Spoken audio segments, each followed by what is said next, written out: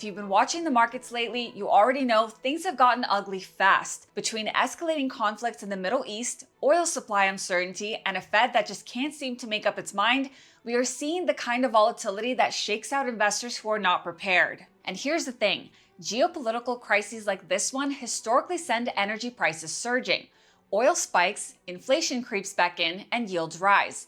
And if you're sitting in a standard S&P 500 index fund right now, you're getting all the downside with very little protection. Smart investors are rotating into assets that can hedge the chaos while still letting you participate in any upside if the market stabilizes. And that is exactly what we're covering in today's video. I am going to walk you through my top 5 dividend ETFs for today's market sell-off, specifically selected for their energy exposure, defensive characteristics, and income generation. This is something I have already been implementing over the past month, and I'll be using Seeking Alpha's charts, graphs, ETF analysis tools, and comparison tools for this in-depth breakdown. So let's get into it. Now, before we continue, I have to mention that I am not a financial advisor and this is not financial advice.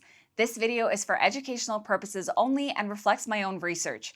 Most importantly, past performance does not guarantee future results, and investing involves significant risk and potential loss of capital. So always consult a financial professional. The first one on the list is COWZ, the Pacer US Cash Cows 100 ETF, and it's quietly one of the most relevant ETFs in today's market right now. COWZ has around $20 billion in assets under management and an expense ratio of 0.49%.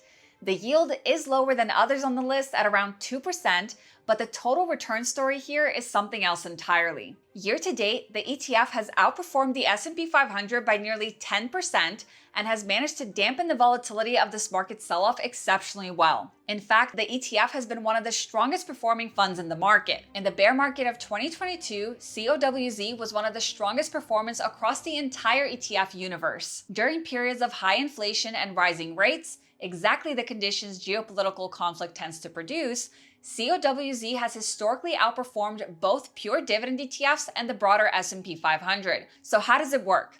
COWZ screens the Russell 1000 for the 100 companies with the highest free cash flow yield, meaning companies that generate the most cash relative to their market cap. And this one screening criteria alone does something remarkable. It naturally and systematically tilts the portfolio towards energy companies. Why? Because energy companies generate enormous amounts of free cash flow when oil prices are high. And with Middle East tensions keeping supply uncertain and prices elevated, energy has consistently dominated the fund's top sector allocation.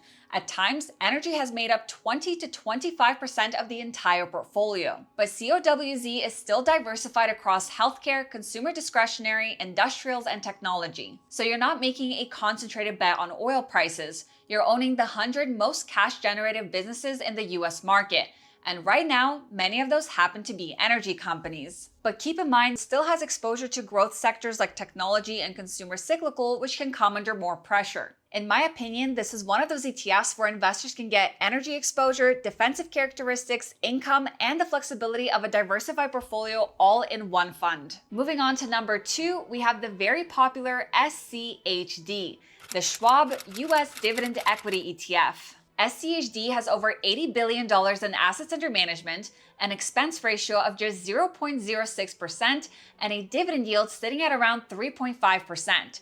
It is one of the most liquid, most efficient dividend ETFs on the market. Now, the fund just underwent its annual reconstitution, and if you want the full breakdown, you can read the deep dive ETF analysis on Seeking Alpha. These articles are something that I rely on every day for keeping up with what's happening in these funds. And if you guys want access to these amazing tools along with in-depth fund analysis, market insights, ETF breakdowns, and more, then I highly suggest to sign up with Seeking Alpha.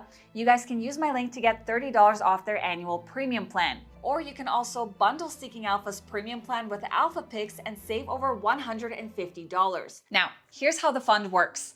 SCHD screens for stocks that have paid dividends for at least 10 consecutive years, then narrows it down further using 4 financial metrics: free cash flow to total debt ratio, return on equity, dividend yield, and 5-year dividend growth rate. So why does this belong on a geopolitical hedge list?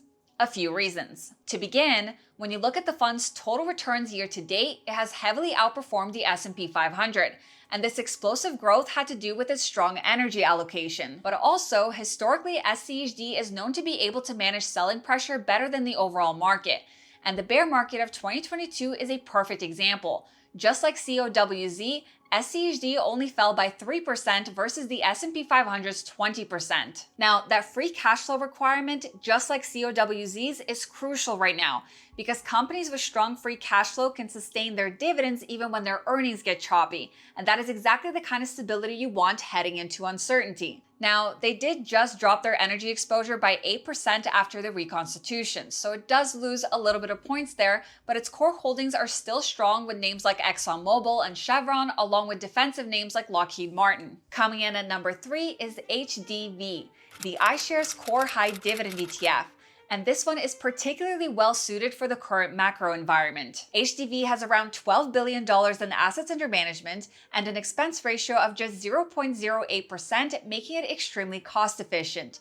The dividend yield sits at around 3%. Here's what makes HDV different from SCHD, the stock selection methodology. HDV uses Morningstar's economic moat framework to screen for companies with durable competitive advantages.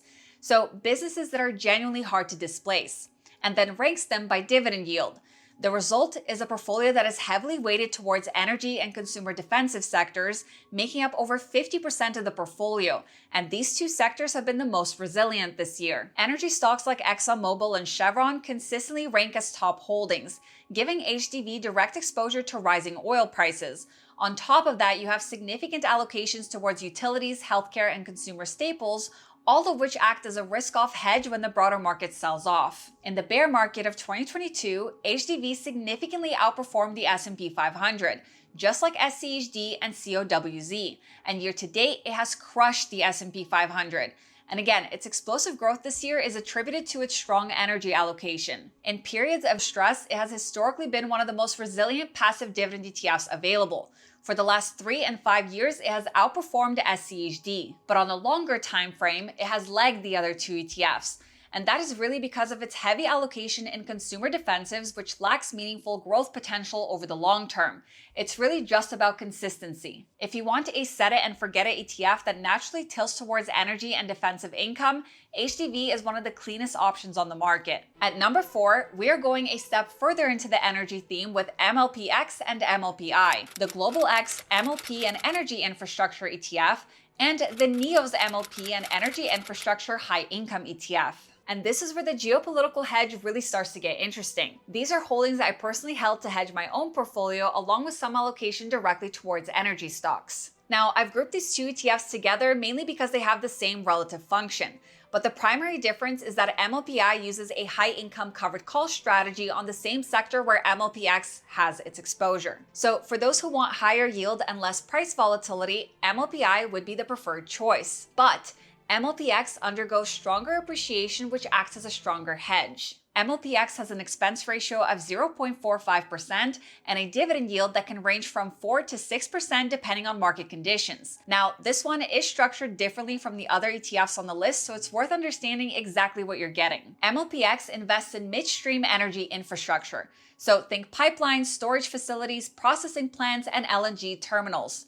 These are the companies that transport and store oil and natural gas, and critically, they generate fee-based revenue, meaning their income doesn't fluctuate dramatically with the price of oil itself. This is incredibly important in today's environment. You're getting direct exposure to the energy sector, which benefits from tensions and supply disruption, but without the full commodity price risk that comes with owning energy companies. So you can think of it as kind of diversified like a dividend ETF, but a lot more concentrated within the energy theme. When you compare MLPX to the energy sector, XLE, you see a massive difference in total return because of the added exposure to MLPs, giving it a more consistent return profile over the last 5 years. It has actually outperformed both the S&P 500 and the QQQ, and year to date, it has crushed every dividend ETF on this list, returning over 26%. And I am very happy with the hedging characteristics the ETF has provided me. And when you look back at the bear market of 2022 with rising inflation, the ETF returned over 20%.